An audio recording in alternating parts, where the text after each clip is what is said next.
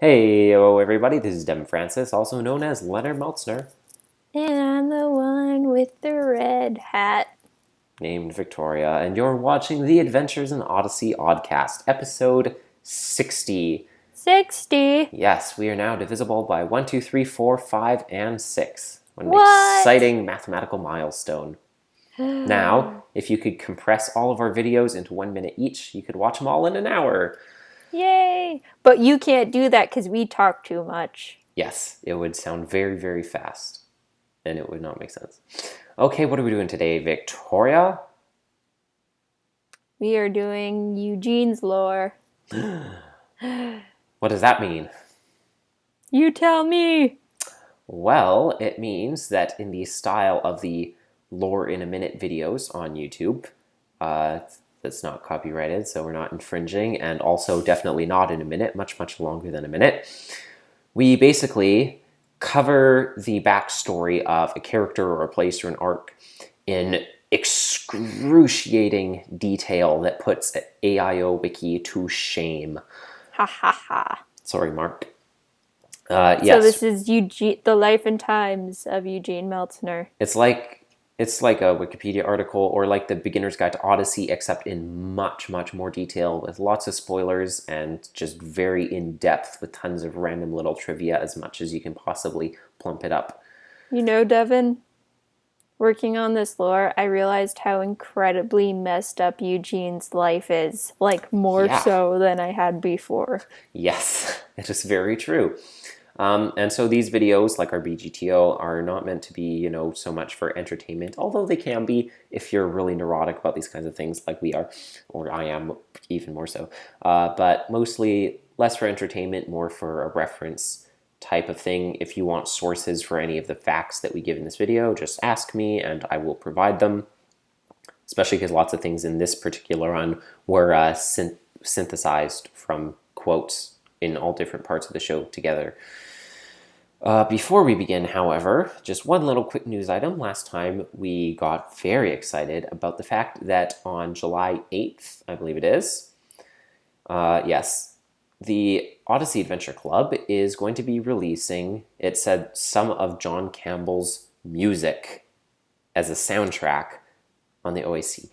And I was very excited about this. Like at work during the day, just like thinking about it for long periods of time, laying in bed at night thinking about it, very excited about it. Shortly after that, we got in the monthly newsletter, the July newsletter for the OAC, they gave a blurb which explained a little more about what specifically we were getting. We might do a music review for it, possibly, like an album-style review. Who knows? Why not start another new series that'll have barely any possible videos for it? So true. Anyways, I wanted to read that quote, which kind of explains more about what's going on, and it's kind of a little disappointing, but there's still hope for, more to come from it in the future. And I quote, "Listen to the music. In addition to having access to nearly 800 Odyssey episodes in the club, now you can also enjoy John Campbell's soundtrack music all by itself. Starting July 8th, the Adventure Club Library will include a brand new instrumental score representing every episode from Season 1. Pulsing African rhythms, iconic Western swells, gentle Asian strings. This beautiful collection of background music will have your family reliving favorite moments from our debut season." End quote. So it is not just little bits of bridges and background music from throughout the history of the show. It's only OAC stuff. It's one song per episode, and it sounds like it's not songs taken directly from the episode, because so much as it is songs that John Campbell wrote in order to synthesize together the themes from the episode, because it says a brand new instrumental score for each episode. So it sounds like each episode will have a song that takes all of the music and puts it together into a single... Like a medley? Medley, basically. Yeah. So hopefully they're long and really good, which they will be because it's John Campbell. Hopefully. Johnny! So while it's only 12 songs and it's super new stuff, which is a little like, disappointing, it's still a huge step in the right direction because they've never released like OST stuff from Adventures in Odyssey before. We've never gotten any raw soundtrack stuff. The only music Well, we've albums gotten that we've gotten Eugene are Eugene Sings. Sings, but those aren't backing tracks from the episodes. So the fact that they're doing this is a huge stepping stone towards, releasing more music in the future from other episodes. And it'll be a lot cheaper for them, honestly, to just release the raw tracks instead of have John Campbell write completely new medleys from pre-existing music. If they just release stuff he's already written, all they have to do is give him royalties and not have to hire him to make new stuff. So it'll be a lot easier. So hopefully that comes in the future. Anyways, now to the actual episode. So anything else to say before we dive on in, Victoria? Bum, bum, ba-da-da-da-da. Perfect. And on that note, here we go. This is Eugene Meltsner's Lore, accurate up to episode 768, The Cure, Part 3. The Meltsner family line is a long and proud heritage of academia and intelligence. Eugene was born to Leonard Meltsner and Thelma Mushnick. Leonard was a world-renowned archaeologist trained by Dalton Kern, and Thelma was his partner. On the night that he won Archaeologist of the Year, Leonard learned that Thelma was pregnant. Not wanting a child to hinder his career, he suggested that Thelma abort the child. Abhorrent, she left to Chicago. Thelma went to a Christian pregnancy center, where the nurse who attended to her was Joanne Woodston, later Joanne Allen. Joanne was able to convince Thelma to return to and reconcile with Leonard, and she did. Eugene's birth was set for September 4th, and he was born in Chicago during the summer. In his first moments, he was described as being contented and calm. Eugene met his paternal grandfather, Dr. Garvey Hiram Meltsner, only once, when he was about 2 years old at Christmas. Hiram gave Eugene a piggy bank with a silver dollar and promised to add a dollar every year if Eugene would keep it there. It was the only time Eugene ever saw his grandfather alive, due to a falling out between Hiram and Leonard. It was only a fleeting meeting, but the memory stuck with Eugene for years and years. It was when Eugene was 3 years old that he realized that he was smarter than average. He was found calculating formulae for simple harmonic motion on his Etch-a-Sketch.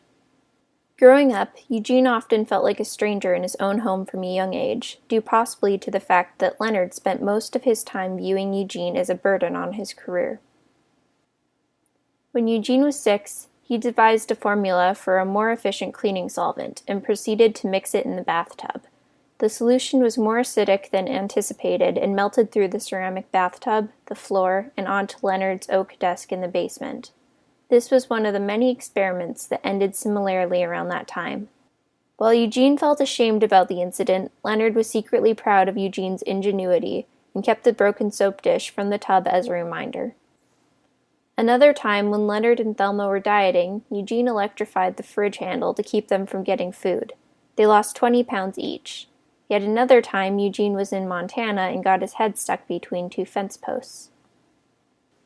When Eugene was 7, his parents prepared to go on a 2-month archaeological expedition to Zaire, now called the Democratic Republic of the Congo, in Central Africa.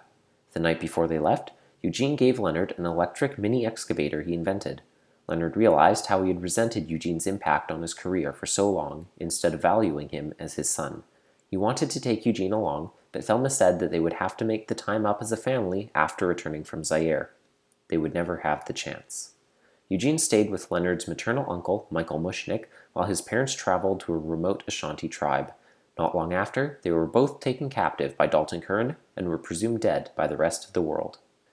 Eugene was taken in by Frank and Maddie Burnett as a foster child. Shortly thereafter, Dalton contacted Michael and invited him to come to Africa with Eugene. Dalton was planning on taking them both hostage to force Leonard to help him find gold. Michael asked the Burnetts to let him take Eugene to Africa, but they wouldn't allow it, as Michael wouldn't provide enough information about the trip. Michael was taking a train to Kindu, the closest major city to the Ashanti village, but the train crashed, killing everyone on board. Eugene believed he had lost all his remaining living family with the death of his great-uncle. Because Dalton was expecting Michael and Eugene on the train, Leonard and Thelma both believed that they had lost their son. One year, Eugene hoped to receive a high-powered microscope for his birthday, but instead received a plastic turtle. One summer, the Burnetts sent Eugene to Camp Jumonville in California. They believed that an outdoor summer camp would be good for him. His thick glasses and intelligence quickly earned him the nickname Goggles.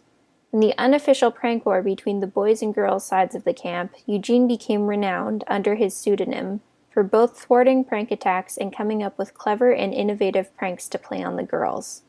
He became indirectly tangled with the girls' prank master, known as the Avenger.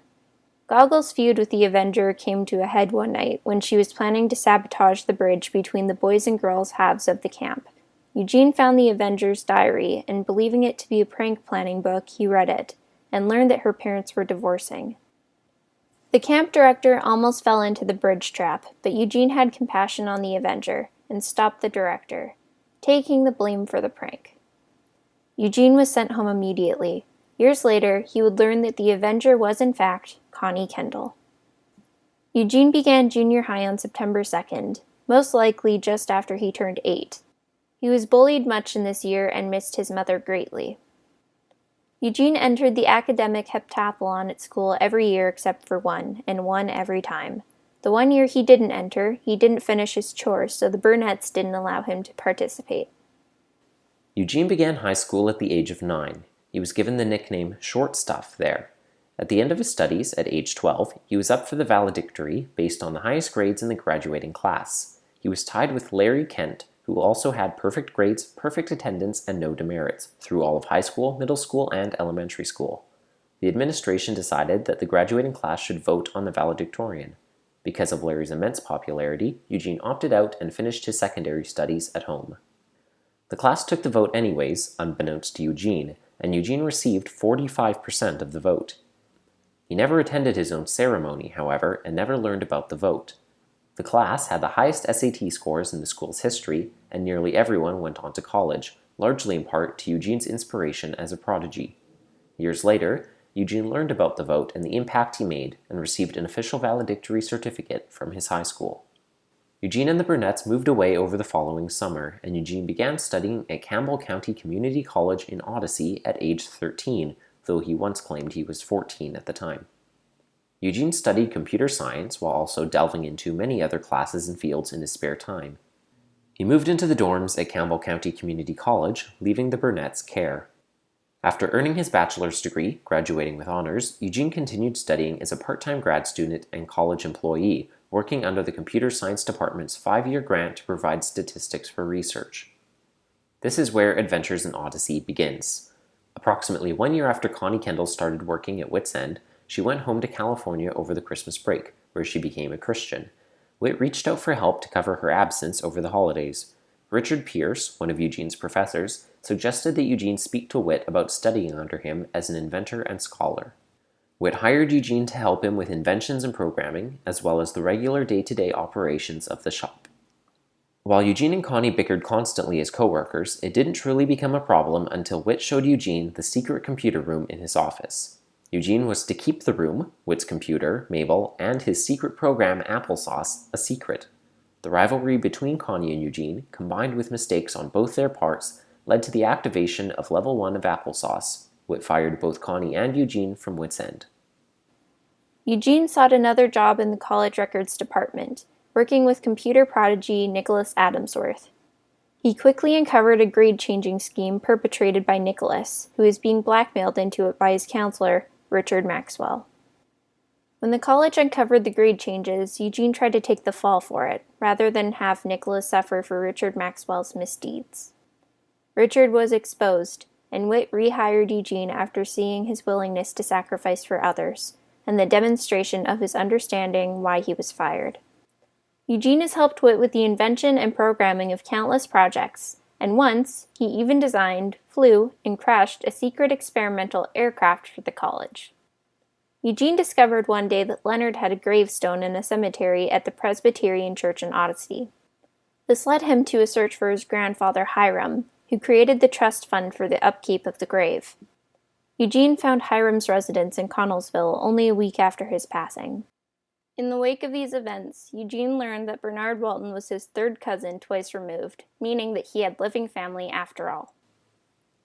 After being in college for 7 years, everyone learned that Eugene still didn't have his driver's license. Connie taught him how to drive, and after failing the written portion once and the driving portion twice, he obtained his license. While preparing for a game show, Eugene met Katrina Shanks at the Campbell College Library. By this point, he was an assistant to Professor Wilcott at the college. Eugene and Katrina grew close very quickly, but the relationship became complicated when Katrina became a Christian. Eugene decided to leave their friendship where it was to prevent any strain on her new faith. As a result, Eugene decided to take an expedition across the country to find out who he really was. His trip quickly combined with Bernard Walton's, and they traveled to California together, only to find Witt gone to Israel when they returned. Eventually, Katrina and Eugene's relationship came to a standstill. They couldn't move forward in any way unless Eugene made a decision about his faith. He was unable to, and Katrina left Odyssey to continue her studies at the University of Chicago. Eugene spent a lot of time by himself after Katrina left, growing a mustache and working on his local soil analysis project. Dr. Regis Blackard began executing his plan to get a catalytic mineral from under Witt's End shortly thereafter, which meant that Witt's End closed. Eugene finally hit rock bottom, having been stripped of his family, Katrina, Witt, and even Witt's End. He had nothing left, and was forced to face the spiritual journey he had traveled in Odyssey. Using his own life as a test for a search function he developed on the Imagination Station, he traveled through his experiences with the people of the town, and by the end, realized that everything was pointing towards him accepting Jesus. So he did. After Blackard was defeated, Katrina returned for a visit, but she was dating Brandon Teller from her university. Later, after Witt returned to Odyssey, Eugene confronted Katrina about her relationship with Brandon. He asked her to marry him, and she said no. Eugene assumed the relationship was over, and time passed. Katrina later visited Odyssey for a summer, revealing her relationship with Brandon had ended. While heavily medicated, Katrina proposed to Eugene and he accepted. Their first date, whether that technically happened before or after their engagement, was at a restaurant called Panzini's. Katrina continued studying in Chicago while trying to finish up her degree. She traveled between Chicago and Odyssey to visit Eugene. She urged him to seek full-time work at Campbell College, and with some help from the angel Malachi, he was successful. Eugene became a full-time employee, working as a research assistant, heading up several research projects, and teaching classes for Douglas Rogers, the Dean of Computer Sciences. Most notably, he became involved in a top-secret radio wave study commissioned by Andromeda Incorporated.